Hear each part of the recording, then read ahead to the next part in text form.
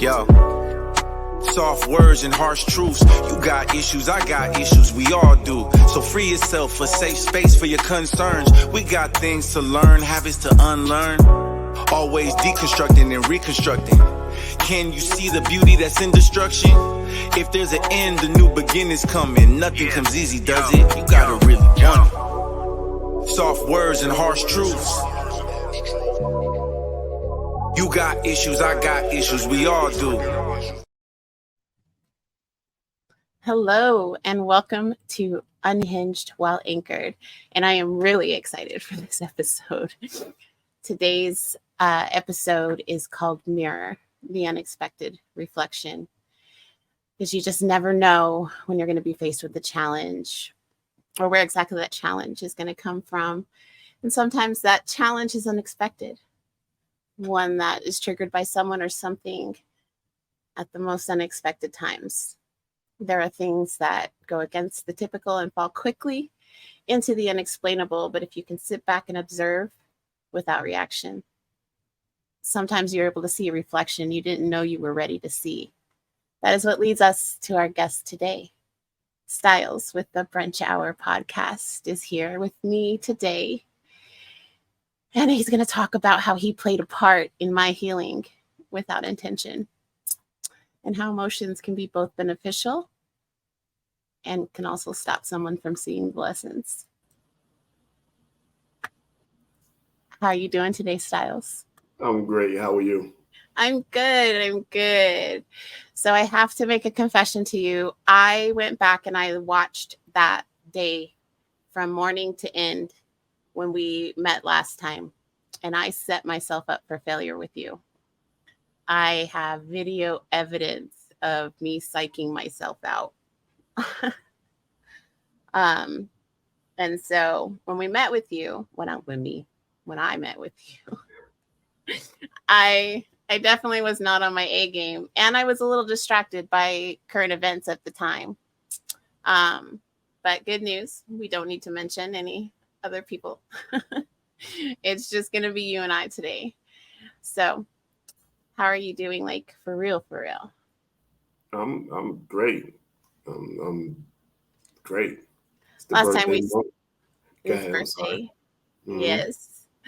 Last time we spoke, I know things were kind of heavy for you, so I just wanted to check in and see how you were doing. Yeah, well, I navigated those troubled waters. We're good. You're back on course. Yeah. Good.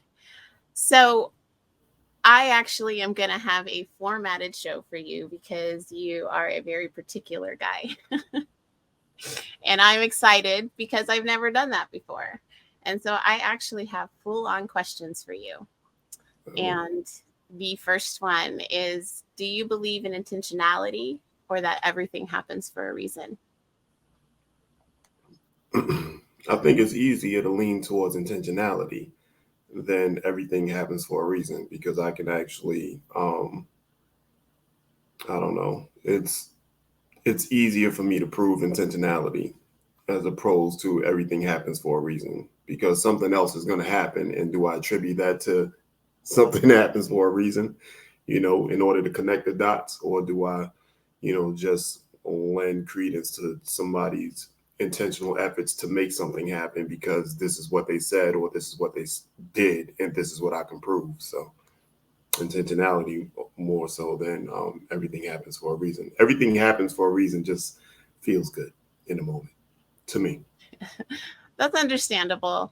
The reason that question came to me is because our first meeting was on a fellow podcaster show, and in that episode, you spoke of the love you have for your wife. Right. And in that moment, something clicked in me, and it actually pushed me into a spiral. Not for any particular reason, but just that's the kind of love that I've always looked for, just to have that, the way it was just right off the cuff for you, she's my everything, and not a lot of men today are comfortable talking like that.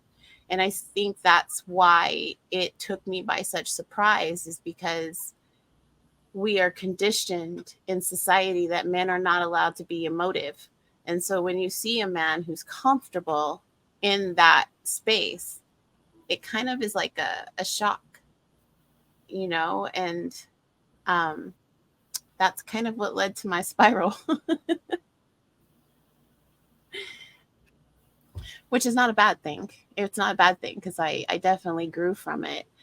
But um, I think I tend to walk in the intentionality as well, um, because everything happens for a reason, kind of leaves you in the back. So does that mean that I deserved this? You know, that doesn't feel right. That doesn't feel comfortable to me. And so that kind of leads into the next question on, do you think that emotional security is taught, or is it just something that we inherit? Give me your definition of emotional security. Just in the sense of being able to admit when we're not at our best, or not feeling intimidated by how much you love your wife. You have no hesitation on how big your emotions go when it comes to speaking on your wife, but that's not something that's common. I think that I think it's I think it's taught um, the same way as how we eventually learn to love. That's taught. Of course, there's like something at the core when you're born, but in terms of like adding to that, it's taught based on your environment. So if you listen into, I guess, like today's hip hop music, you can easily become a product of the environment. Where women saying they don't need men, but they need men, but then the little girls that are listening to this think that they don't need men, and they literally think that they don't need men. So yeah, I'm definitely leaning towards uh, the whole learned aspect of it, as opposed to like it just being inherited from birth or passed on from whomever. I agree. I really do. You know, I think that right now, I don't know what happened with the world, but it is just really split in so many different places. And the idea that I don't need a man, I mean, in all actuality, I don't, right? I can do everything on my own, but the companionship, there's pieces to being with a man that I can't complete for myself. And Right, I think that a lot of people don't understand that they're blurring those lines. It's not saying that I need a man to survive. It's just saying that I want that. You know what I mean? It's not, there's some things that I won't ever do because I just feel that a guy should do it. Not necessarily a guy should do it, just that I don't want to do it. right. Well, we're And not talking about. I mean, for me, it's this. It all comes down to family, right? And when you start growing up in that environment, then you start splintering the family. When you think about it, right? I want to have kids, but in terms of like love and the whole companionship shit, I'm gonna just do it by myself. Now you're literally splitting the right. family. On either side, it could be the woman, it could be the man. I'm not saying whose fault it is or what have you, but that's just the ideology behind it. So it just doesn't make sense. And I don't think that a lot of people are actually trying to make sense. They're just trying to look cool. And when I say trying to look cool, doesn't necessarily mean that that is cool. It's just that the whole status quo is actually flowing to that side, and you gonna flow to that side too, just because of popular opinion. And then, of course, it just seeps into your soul and becomes ideology that you accept and follow. Religion. But I'm gonna leave it alone though. Go ahead. No, I was raised around a mindset that a man is supposed to provide for me, that the moment he wakes up in the morning, he should be buying something for me, and I just never wrapped my head around that. Like, it just, I I don't accept that, and I've never been that way, and so I've never really fit in anywhere because I don't want to know what's in your wallet. Like, if we go out, let's go to the park. I don't want you spending money on me, Right. because I feel guilty for that. And like, I have somebody who's going to be taking me to dinner soon, and I look at the prices on the menu and they get mad at me. Even though I Right. know I can get whatever I want, I'm instinctively thinking I would never want to be an expense. And so I haven't really found my footing yet because my voice is not accepted yet as a way of thinking. No, understood. And I think that with regards to that whole thing, I'm glad that I'm not dating anymore because one, women would be in trouble, and two, I've already it's exhausting. It is. It's exhausting because the checklist is incredibly long at this point. Just like with what you said, you're going to. Is this your first dinner or your second dinner, or you Um, guys worked I've before? known him my whole life, so it's just a dinner. Oh, you okay? Got you. And no, the only reason I ask is because you said that the person gets upset when you look at the The price. prices. Yeah, Yeah, we dated a long time ago, so now we're just friends, but I've just always been considerate of that. Like we went shopping one day and he wanted to buy me something and I was like, I don't want anything, and he was persistent. So I just got a bag of popcorn and I was really excited because it was air popped popcorn. And he couldn't wrap his head around that because women want clothes, women want shoes, I wanted popcorn. If you're and going to that's the force other thing. me to buy Yeah, something, that's what I'm going to do. I'm going to get something small. we've lost our way. I feel like I'm preaching right now. Hold on, let me. Okay, I feel like we've lost our way with regards to what the foundation of a relationship should be, right? Absolutely. Because instead of looking at what somebody can do for you financially, first you have to look inward and find out what you can do for yourself financially. I never want anybody to do more for me financially than I can do for myself, because then I become reliant on what they're doing, Right. and that's in friendship, a relationship, or whatever. You get what I'm saying? Like, Yeah. my wife buys me a car, I'm gonna feel away if I can't get the car myself. Yeah. you know I don't want her to do that. I want it to be pretty much even, but at the same time though, it's a different type of relationship as well, because we should be building together anyway, so we should be getting bigger and better every quarter, if we think about it like a business. So I don't know, again, like I said, I feel like we've lost our way as far as there's no more the connection. If it were a pie and we had to divide it up, right? The Hmm. connection part of it is very small, Right. right? The physical attraction is huge. The what you can do for me, right? Or the with them, what's in it for me, is even bigger than the physical attraction. Because once you get past that, you can easily become a meme after a first date based on what you spend. Right. Easy. You get what I'm saying? And at the same time, the guy has to be a gentleman, because now we're put in a position where we have to be a gentleman. And I can't say anything going against that, but I'm now looked at less than because, what I mean, I didn't do X, Y, and Z. Or even if we split, like, I seen another meme as far as like going Dutch and stuff like that. What's wrong with going Dutch? I understand that we're still filling each other out, right? You're filling me out. You checking the boxes. Well, he spent this, right?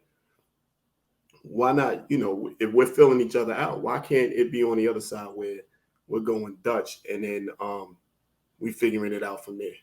But that's frowned upon too. I don't know. I agree with you. I had a gentle discussion the other day on which I was told that it's a woman's job to ensure that the man's meal is ready when he gets home. And what is this, Little House on the Prairie? What are we doing? I I'm I just I trying to was figure it I was very I'm not upset by it because I'm not trying to date this person. However, it just seems misconstrued. Like they said that if they go out and they work all day, they better have a plate on the table. And I was like, well, is that the relationship that you've set up? Because that's an expectation. right. It that's not a fair expectation. And it it baffles me that, and I'm actually, my next week's episode is called Ho Ho and Lady, and it's going to be talking on this. And it's because there is that double standard Yeah, that there's a fast forward button. I want to be on that show. Go ahead. Sorry. but it's just, it's a double standard. And where married men can jump into a female's inbox, and that's okay. Well, hold on. Let's slow that down a little bit. There's somebody for everybody, right? And Absolutely. the reason why I say that is this. If the guy feels like he should come home and there should be food on the table because he worked all day, that's cool. I'm with that. There's somebody out there that'll definitely do it for you, because I've had arguments with women that rather feed their husband first outside of their kids, right? Me, I'm all for feed the kids first. You don't have to feed me at all. You understand? Not feed me at all, but I'll definitely go last. And the reason why that is because fuck a pecking order. Right. Fuck a pecking order. Pecking order goes as far as respect, as far as caring for and doing stuff like that. The kids come first. I'm always going to push the kids to the forefront. So as far as this man's ideology or thinking that he should come home and there should be food on the table, I don't want somebody waiting on me hand and foot like that. I just don't. Consideration is great. So when it happens, you get what I'm saying? I'm eternally grateful for it. Do I expect it? No, because this woman worked. Think of it in 2023. They go outside and work too. Yeah. I mean, this is what I'm thinking. And if you're making money, and if you're making enough money where she's not going out to work, we have a cook. Somebody else is cooking those meals. You understand what I'm saying? And serving both of us. So and again, this is no slight to, because I'm sure there's a lot of people in my circle that feel the same way. There's no slight to them, no slight to anybody outside of the circle that feels that way. There's somebody for everybody. Right. There's somebody that'll wait on you. I feel that there's a mutual respect in it. And I think that, just to automatically put a woman into a subservient role is not fair. And I think dialogue. But see, the thing is, though, you're creating a situation whereby, just from what I'm hearing and what I'm thinking, is that person doesn't want to be in that situation. And this is what this is not The Color Purple. We're not talking about that. We're talking about women that actually think the same way. So when this is a relationship that works, because she feels that way and he feels that way. Right. And that's what I'm saying. So maybe not as articulate, but yes, I'm just saying that that's a conversation that the man and the woman have to have together.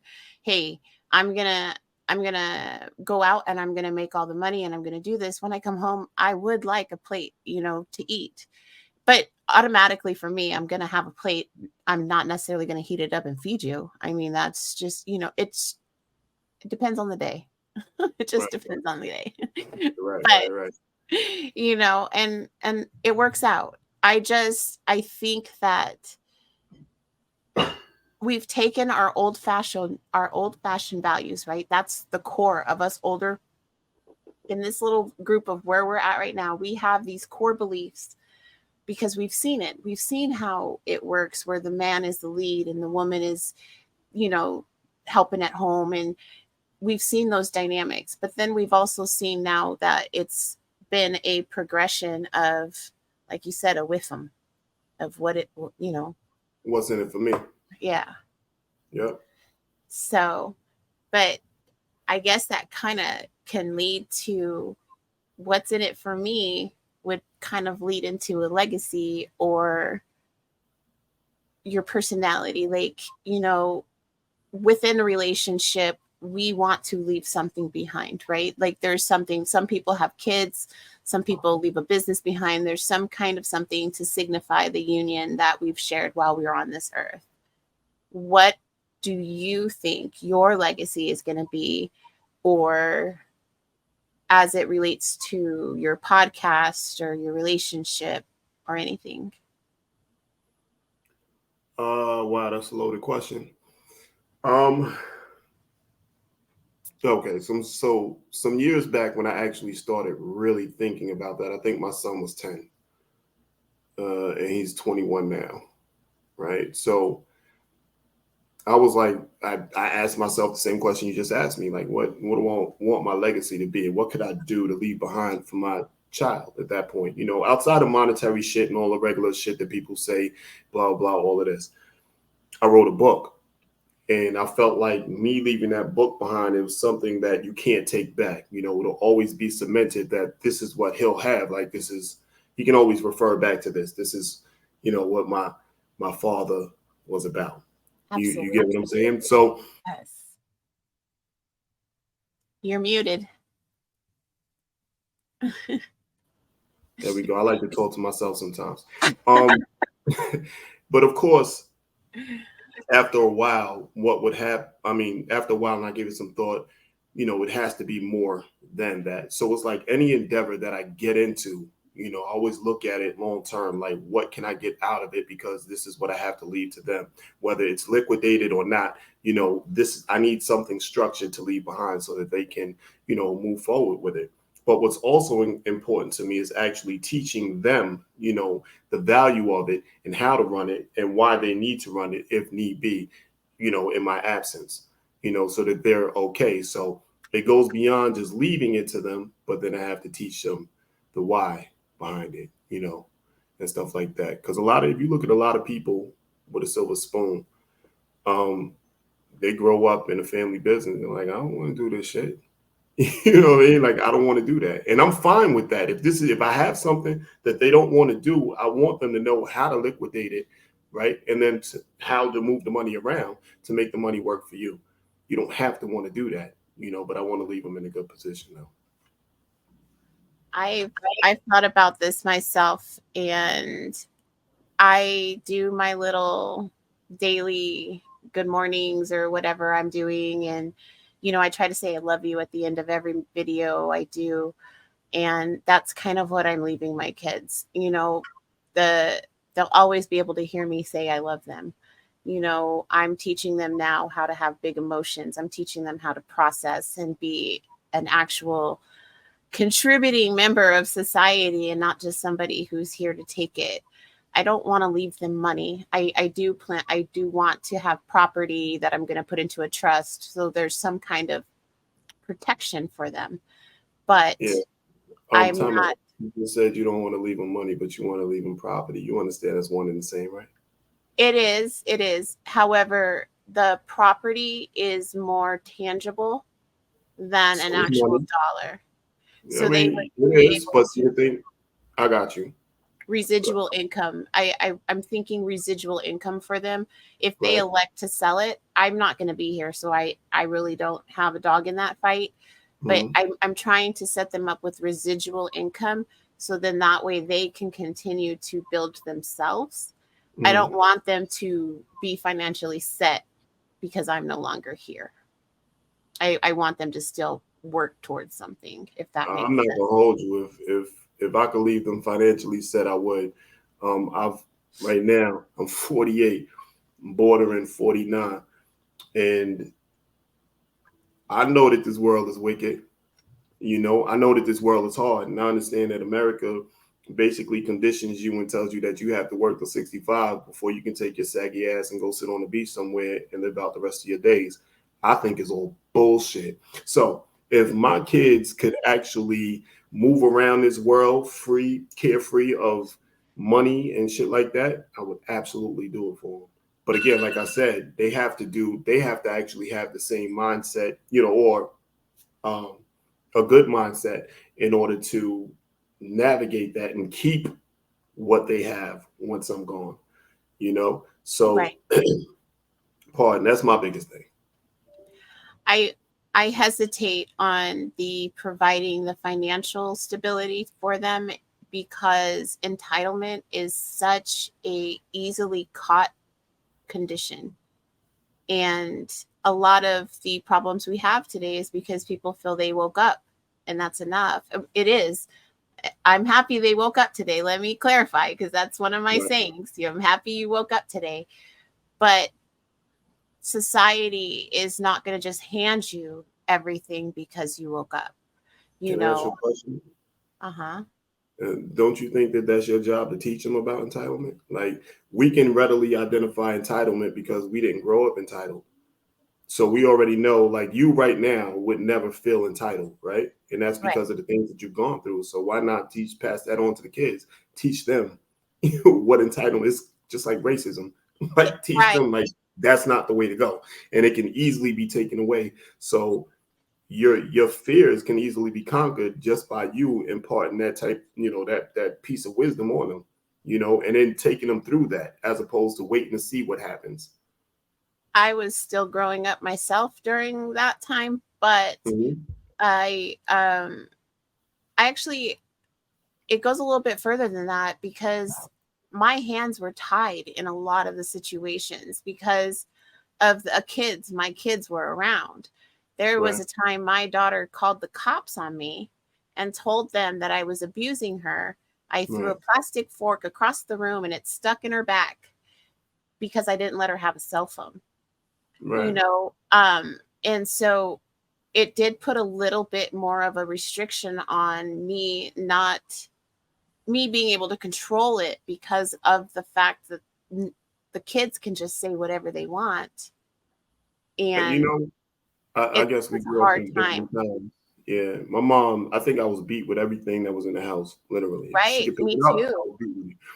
And her one of her favorite statements was like, "Yo, if you want to call them and they come and get you, they come and get you. They coming to get you. You understand what I'm saying? Like, you're going away." Not saying that it was the best way to grow up and stuff like that. And I laugh and I joke was told I wouldn't be alive by the time they arrived. Well, now my mom's, listen, they can have you because, of course, what I did was egregious, but that's neither here nor there. Yeah, no, parenting is not easy. It's not easy. It's not. It's not. But neither is podcasting.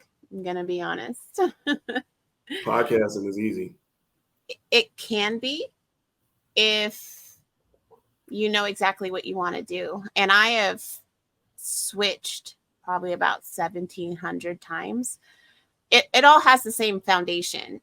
My whole foundation is healing out loud, and I am definitely not scared to cry in public.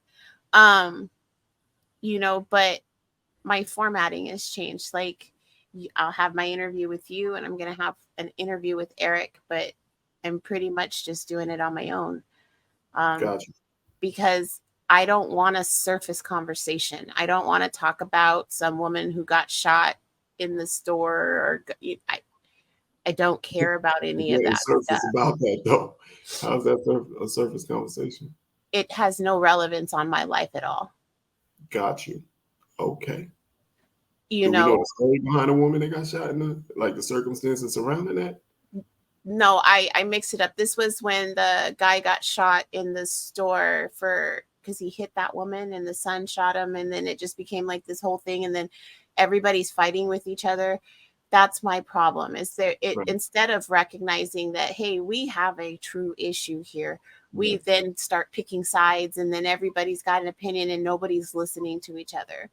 And that's why I don't want to have those surface conversations, because I can just argue with a mirror. Yeah, but that's the problem, though. I think that we're not having those conversations, period. And it's a fight. It's not an easy fight. It's a fight. Like the thing that you said earlier, you said that podcasting isn't easy. Podcasting is fucking beyond easy. It's the easiest thing ever. The thing is, in order to be a successful podcaster, that's the hard part. Hit and record, there's no lazier action on planet Earth. It's easy. Hit record, start talking. All right. Now, if you want to be successful, that's when the work comes in, and that's when it becomes hard. But podcasting in and of itself, super fucking easy. As far as the conversations and stuff like that, I feel like anything with regards to violence to Black and brown people in America and abroad it impacts me, whether I was there, whether I've gone through it before, or what it impacts me, because again, we can't sit here and have an opinion on the social climate and just cherry pick what we're going to talk about and stuff like that, because it all becomes relevant. The Trayvon Martin thing, everybody has a family member. Doesn't have to be your son. It doesn't have to be your son. It could be a friend of a family, or a friend of a friend that it happened to, that one of your relatives hung out with. It can be anybody. I think that, again, just violence on a whole, Let me get my thoughts together. Just like bring it, because it's a lot. So the reason why I take a step back from it is because we're fighting culture. We're not even really, there's the dialogue, and the dialogue is great. I don't want to take away from that. And I know that I did in which how I spoke it.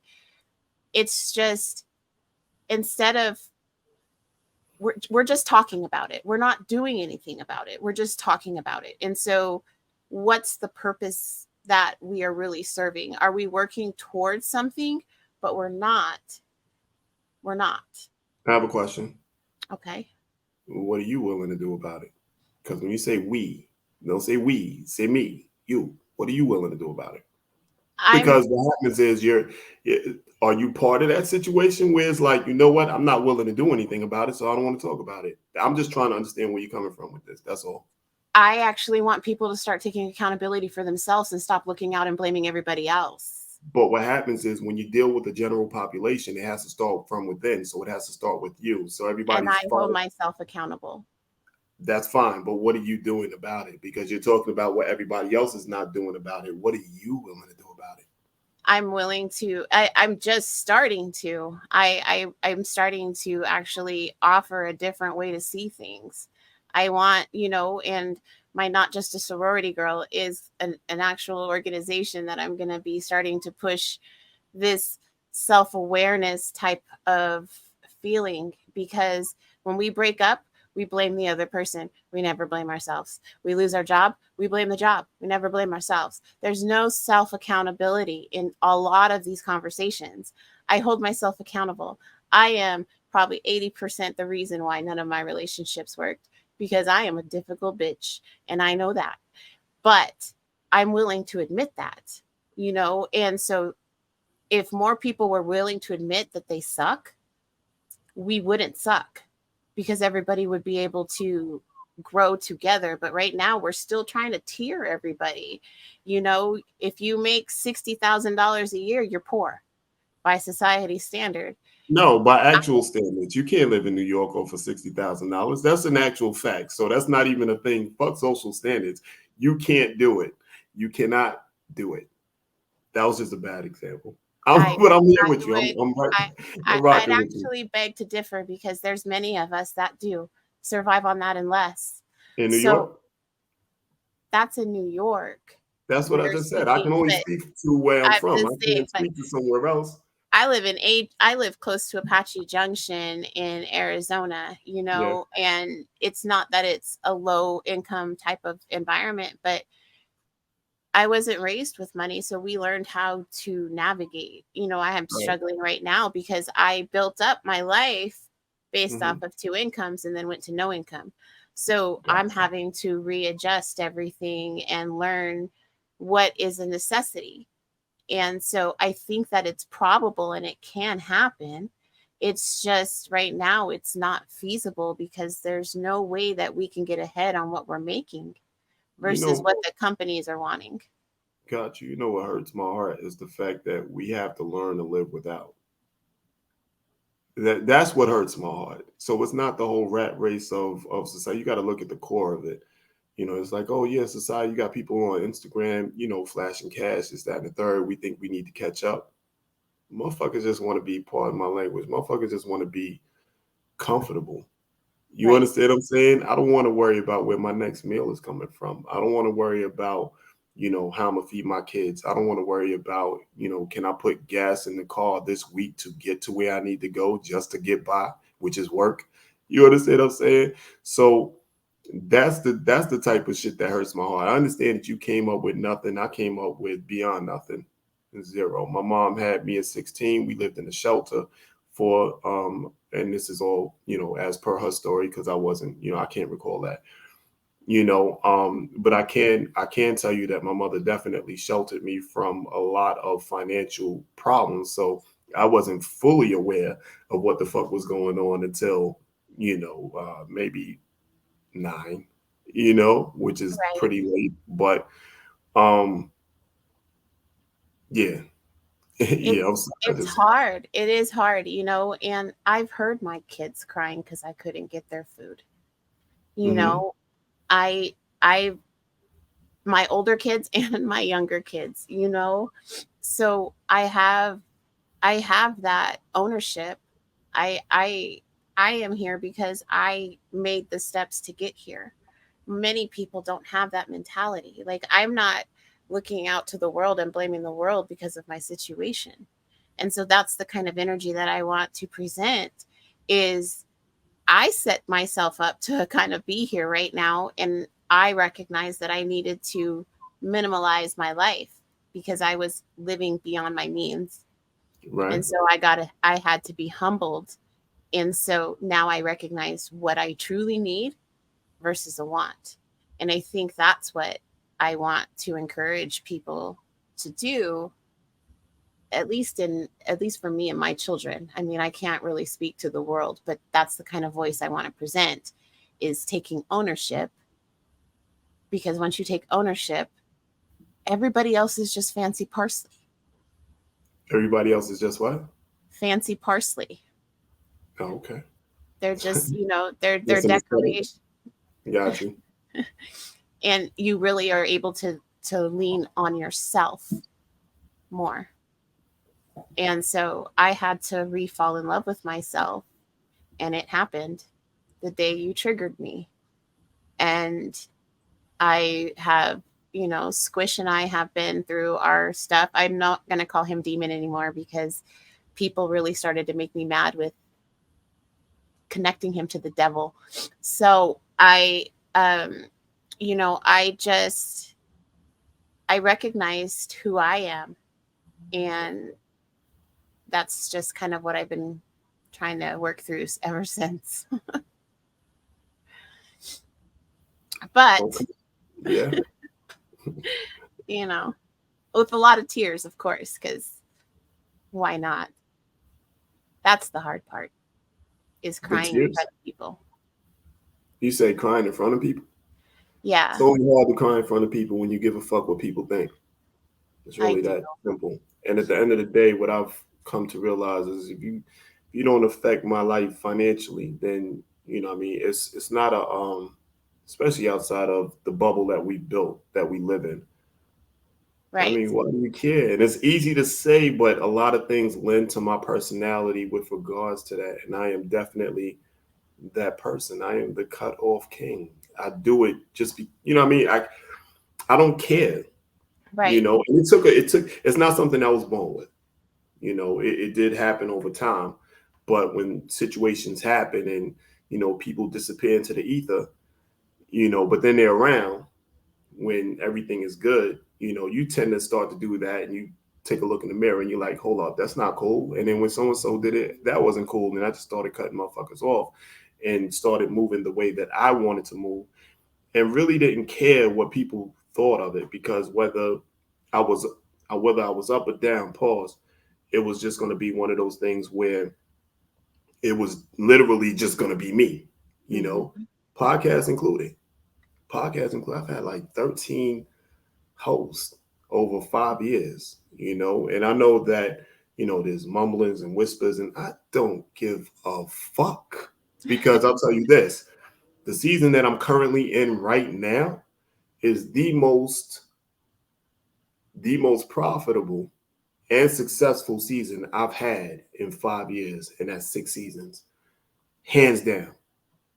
Hands down. The numbers are crazy. And this is just based off of 6 episodes that I've had so far, which far eclipsed whole seasons that I've had in the past. And that was just from me buckling down, saying, this is what I need, this is what I'm going to do, and this is how I'm going to do it, and then sticking to it. And then I had to pare it back, and then it all falls on my shoulders. You understand? Shout outs to Right. Bob, shout outs to my wife, because these were the cornerstones to me actually literally getting this done with these conversations and shit like that. I didn't mean to turn this into a podcasting thing, but it's definitely a podcasting thing. So I had an eye-opening moment when I had the conversation with you. When I started my season, what I did was I was like, all right, cool, this is what I'm gonna do.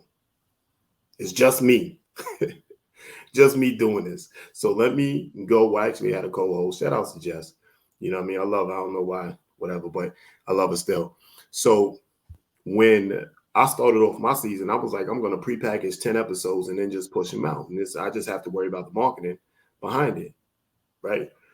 Unfortunately, the first 5 or 6 episodes that I did, that was a learning experience because I don't have, in 5 seasons, we don't do that guest. Like, I don't do guests.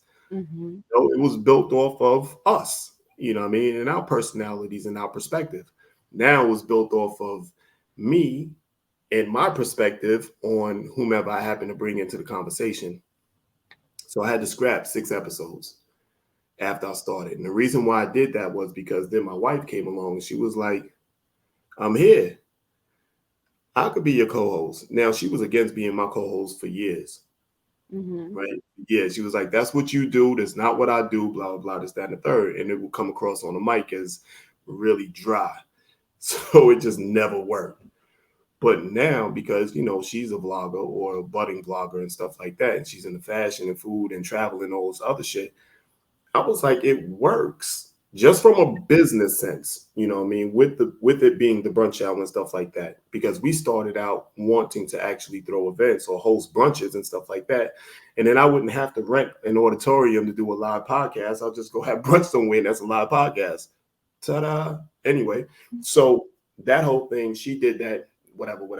And then when we sat down and we recorded the first episode, it was so natural, right? Because of course I revamped everything too, right? And shout out to Just for like a lot of stuff.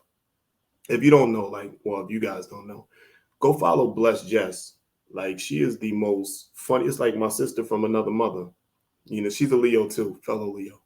But she lent her voice to the intros and the segments and stuff like that. Anyway, getting back to the whole wife thing, it was so natural. It was cool. The first So week we put. just really quick, Yeah. I just want to tie this back into the first question. Oh, Do you which was? believe in intentionality or everything happens for a reason? And you just provided testimony to intentionality because your wife was not wanting to be a part of that, but you guys have grown over the years and now she felt comfortable and you guys are building this together. Yeah. Look at you podcasting. Anyway, right. Turn my whole tangent back into, I like that. And your listeners really should appreciate that because there was a lot of heavy lifting right there with regards to what you just did because I'm all over the place. She sat down. It was phenomenal. So then we did another episode, right? And I pushed that out. Mind you, remember at this point I'm still sitting on 10 episodes that I can push out. 10. I have an entire season ready to go. Thought I was ready to go. And the quality behind the first 2 episodes, I went back and tried to listen to the other, the initial episodes and was like, I can't put this out. I can't put this out. I can't. It's trash. It was me in my attempt to actually do something great, right? And I'm doing a disservice to the people that I had come on. Like, that's not a good showing for them, And right now I'm actually in my DMs is going crazy because I gotta send out some DMs. Like, I need to do over. But no, getting back to it though, the numbers are phenomenal. I'm not saying that to make myself feel good about whatever.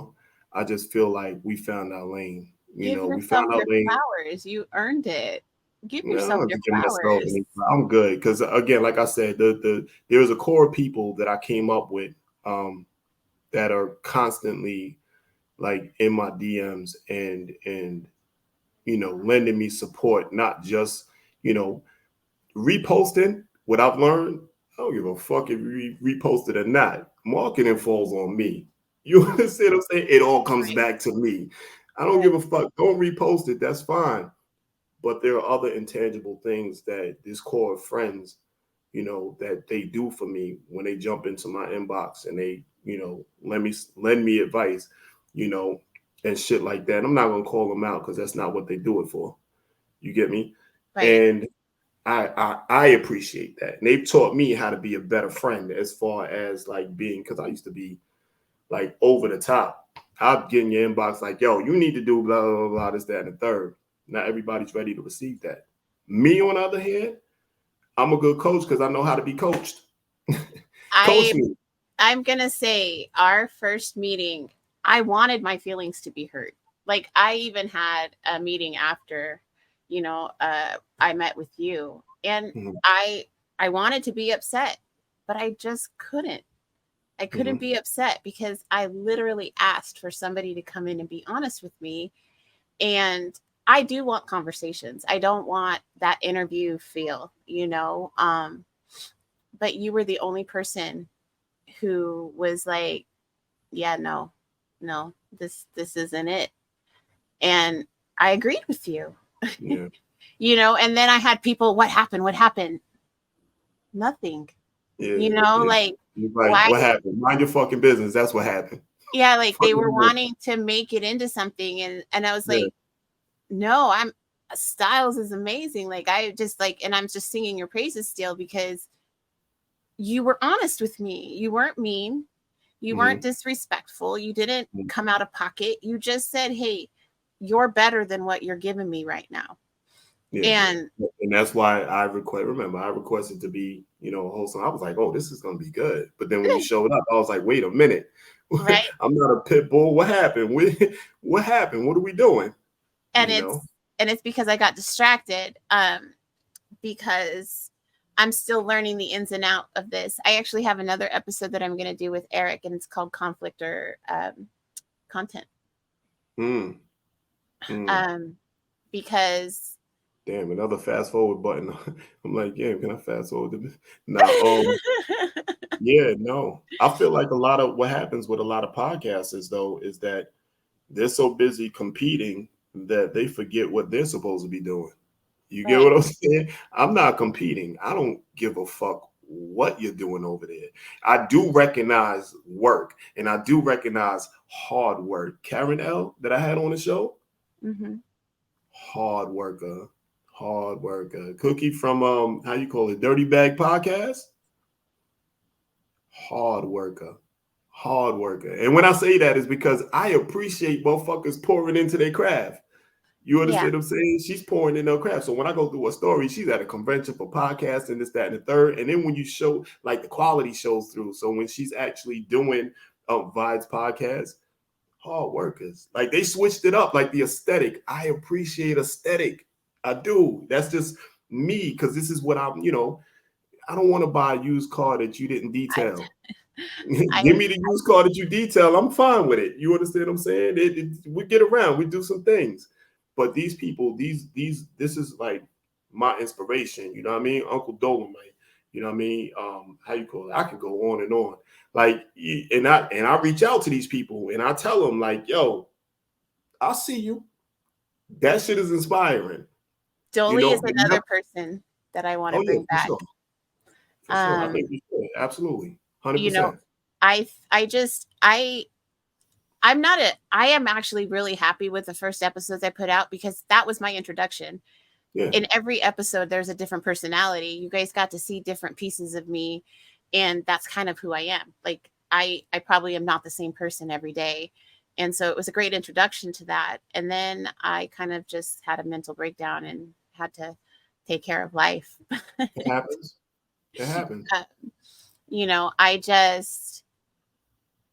I'm so appreciative. And even though I've kind of not stepped into the circle that I thought I was going to be in for myself, I recognize I'm still progressing.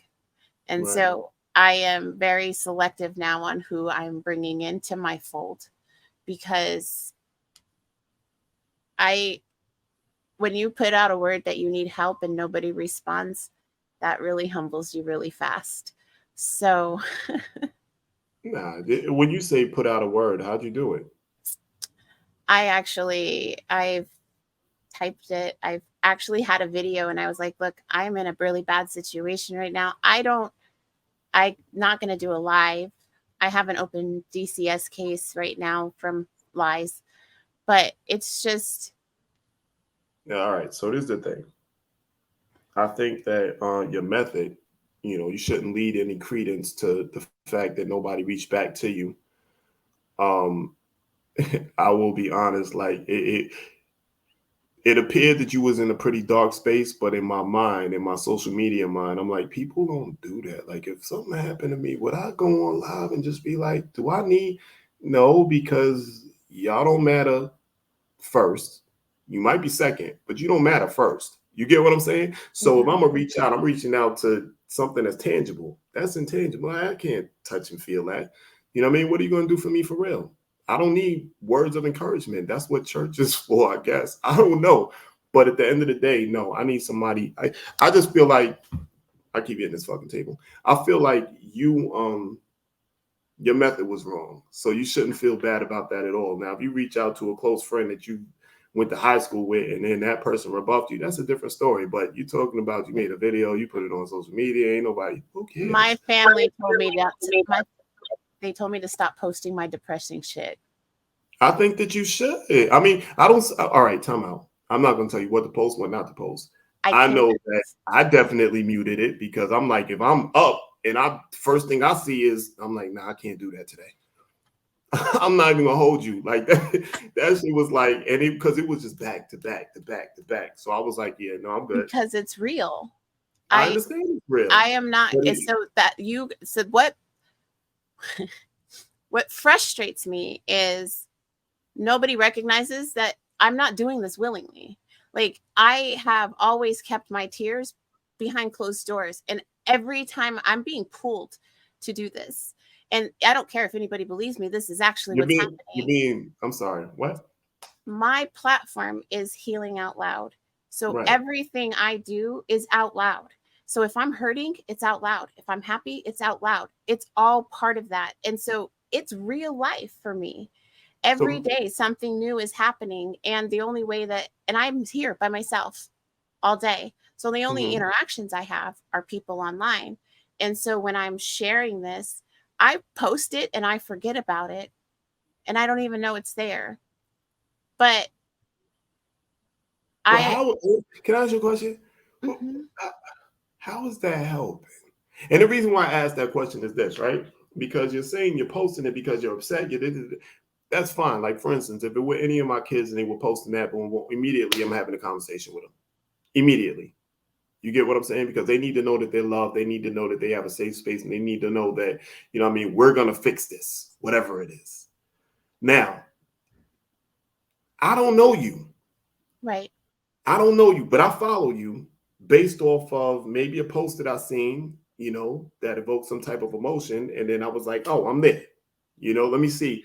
Now I'm on this constant trail of depression. I'm like, I don't know you. Somebody needs to, there's never an upside to it. And it went on for a little while. So there was never an upside to it. So mind you, I get up, maybe I couldn't pay my rent yesterday.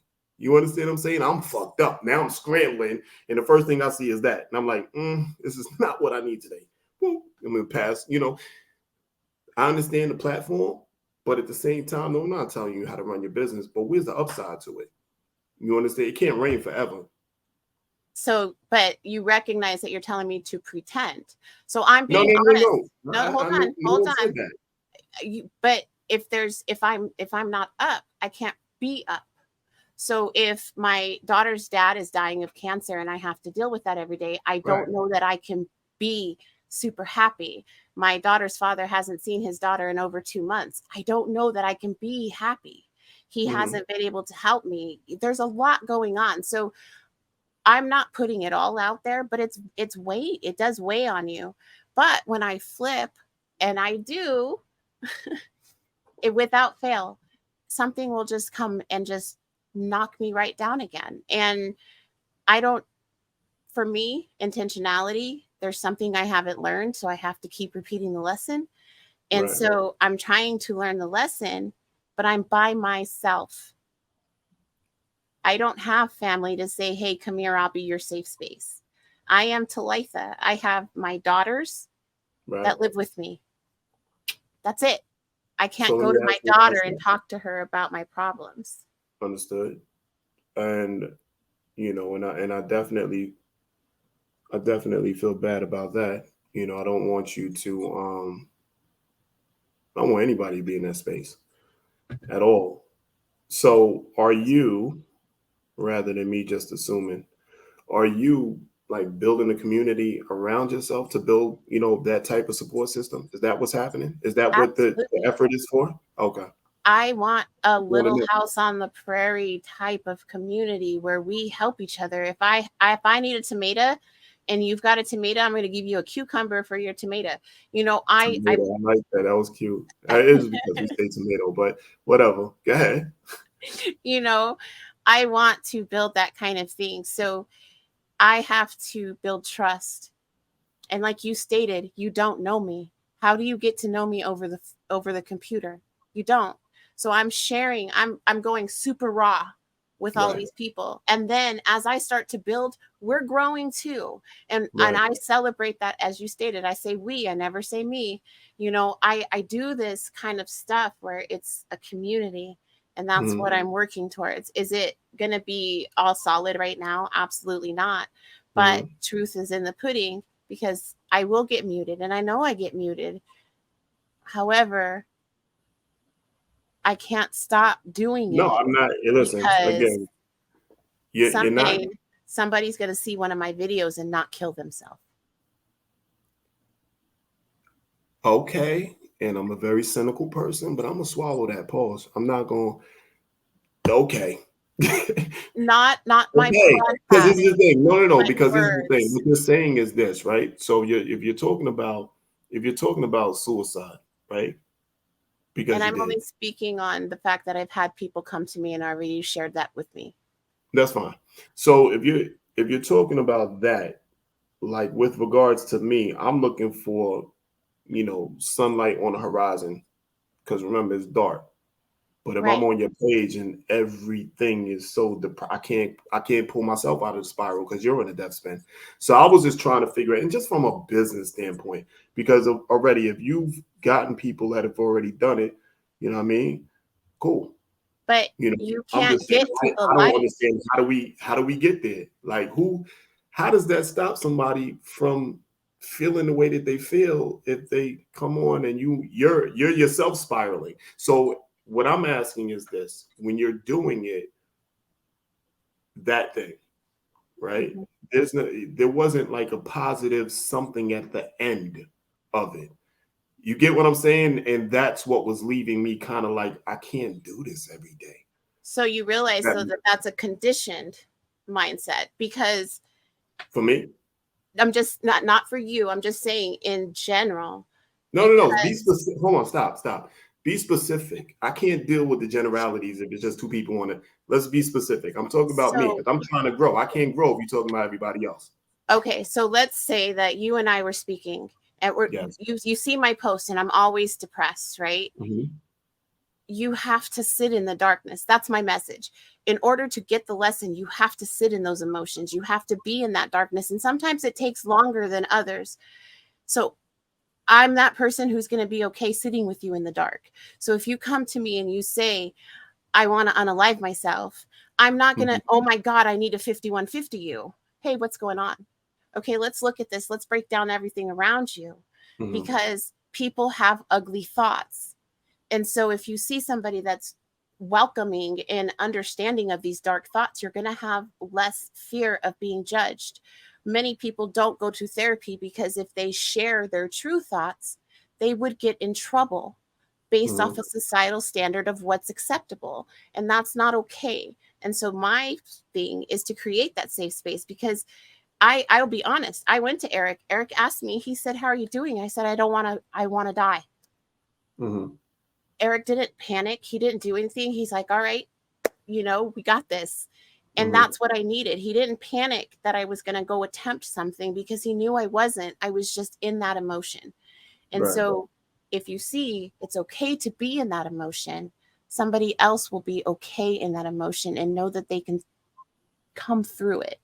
Because if you see, I still have videos. It'll be like 5 minutes where I'm like super happy for a second, and then Yeah. something will make me cry again. Can I But that's just life. can I tell you just from a listener standpoint? Me as a listener and a fan. That wasn't what I got from that. Because I've definitely wanted to unalive myself on several occasions. And I'll be honest with you, bumping into that, because you said that you went to Eric. So and Eric is and as far as social media standards, is a personal friend. You get what I'm saying? So I don't, again, like I said, I don't know you. And I'm going through it. And I turn on, I start scrolling and I bump into that. All right, cool. We're gonna try again tomorrow. Then I bump into it again for a week straight. That's not helping me. And you're telling, and it's not even, and this is the thing, the way that you just explained it, perfect. That's exact, but that's not the message that you, when I look at that, that's not what I'm getting. It's kind of like a can of soda, right? The energy drinks, it says energy on it, but then you realize this shit is really no good for you. Well, to be fair, it's also hard to constantly be in a position to see others posting about how I'm not going to do anything unless I'm getting something for it. And so it everything is convoluted. So I'm never going to be succinct in every connection that I make. But not my market may not necessarily be you, because you are of a tougher caliber. So you would need. I'm just somebody that needs to understand it. I'm not tougher at all. I feel like what happens is when people fall short on the explanation part of it, I can't be a part of it. That's where I'm at with it. It has nothing to do with, what I mean? If you have a commercial, the goal in 15 seconds is to tell people what you do, how you do it, and how it actually improves their life. And social media works the same way. And I feel like I'm not tough at all. I'm lazy. I'm fucking super duper lazy, right? So when you miss the mark with me, you know what I mean? Like the shit kind of missed the mark until you just explained it. Now I get it. And now I can look at it. I'm looking at it from a different perspective because I can't unsee or unhear what you just said and without applying it to what you were doing. But what I'm saying is that there's nothing wrong with you doing what you were doing. I think that the way in which you were pushing it out, though, it just needed to be reworked a little bit. And I know there's people looking at it like, yo, Styles, you full of shit, shut the fuck up. And I don't care. I'm just telling you how I received it. You understand what I'm saying? And if I'm lying, that's cool. I'm open to a conversation. I'm here for the conversation. And a lot of my times that I post, it's because I'm lonely. And that's my biggest trigger is if I'm alone with my thoughts, then I release them. So those videos are me releasing that energy so I don't hold on to it, because then the darkness isn't so dark, because I don't have that same pressure. And so I can't necessarily articulate that in a 3-minute video where I'm like sobbing, but I can put something over the screen. I'll start doing that. This is a temporary situation. You're missing my point completely. No, I get it. I get it. I do. I really understand. And you're right. It just looks like me just crying out to the world. It's missing context. That's all. Like if this is I hear you're going through something and you just want to bleed out into the world. This is what I'm going through. That's fine. But you can't in the same breath say that this is supposed to save somebody. This ain't saving nobody. This ain't saving no. Now we just became a clique. Now we're a crew. You're sad. I'm sad. Everybody's sad. There's no solution. We're just sad. We're just going to wallow in it. And this is what I was getting from it. You get what I'm saying? There was no context. It wasn't like, in the beginning of the video, like, yo, this is a trigger warning, blah, blah, blah, this, that, and the third. It wasn't like you put the shit in the captions, like, listen, we'll get through. It wasn't none of that. So now it was left up to interpretation. Right. So I'm like, who is this saving for real? Who are we saving? I understand. But I also, I don't know how to ask for help. I don't know. So when I'm putting all this stuff out there, I just put it out there because I have not asked for help. Right. I had to survive and figure it out on my own. My biggest worry right now is my cell phone's being turned off because I still pay my ex-boyfriend's cell phone because he needs it for doctor visits. So that's, and that's the right thing to do. And that's where my pressures and those. Right. So I have all this stuff. And so when you guys see that, it could have been something as simple as I ran out of liquid for my cigarette thing. And then everything is just all fucked. I am just sad. And it's just, all over the place. And Yeah. it's that simple for me. Yeah. I get it. You don't need that cigarette thing anyway. But the fuck. But I actually want to say I am really excited because I've had you for over an hour and we've had a solid conversation, and it's actually been a really good conversation. Yeah. And I know that you like to keep your shows around 40 minutes. So Listen, I hate when people tell me, listen, this is the thing. However long you go is however long you go. Don't worry about me. I agreed to sign up. I signed up to show up. So if you got me here, I'm excited to be here. You know, however long or short it is. So it's not even that. Don't throw the time on me. I do like to keep my shows around. Actually, it's an hour because it is the brunch hour. So we try to stay within an hour, but that's only because it's in the namesake. So I'm right. funny like that. But I am glad that you got to see a different perspective of me, you know, so you can have a better understanding of kind of what I'm trying to do. Even though it's haphazard mess, my family calls me chaos. Chaos surrounds me, and regardless of how it starts, I can honestly say I always land the finish. So it's just not the prettiest of dives. I hear you. I mean, shit, I guess the key is just to land on both feet, right? Right. And I mean, I've lost so much weight. I, you know, I actually am starting to look in the mirror and be like, damn, girl, you look good today. Not All have right. no makeup on or nothing like that. So I'm trying to start bringing that to the focus too. Mm-hmm. It's a little bit harder for me to celebrate myself Mm-hmm. and brag on myself. So that's something that I'm working on too. Got But you. as I say that, I do have a segment, as you know, that ends the last part of my show. A seat. And normally I would say something like, Styles, you're amazing. What you are putting out is fun and it's entertaining and it's what is needed right now. That's kind of what I normally would say.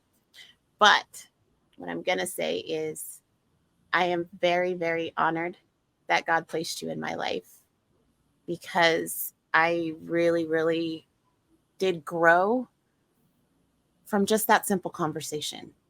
And I truly believe intentionality. I made sure to come and tell you just how much I appreciated you.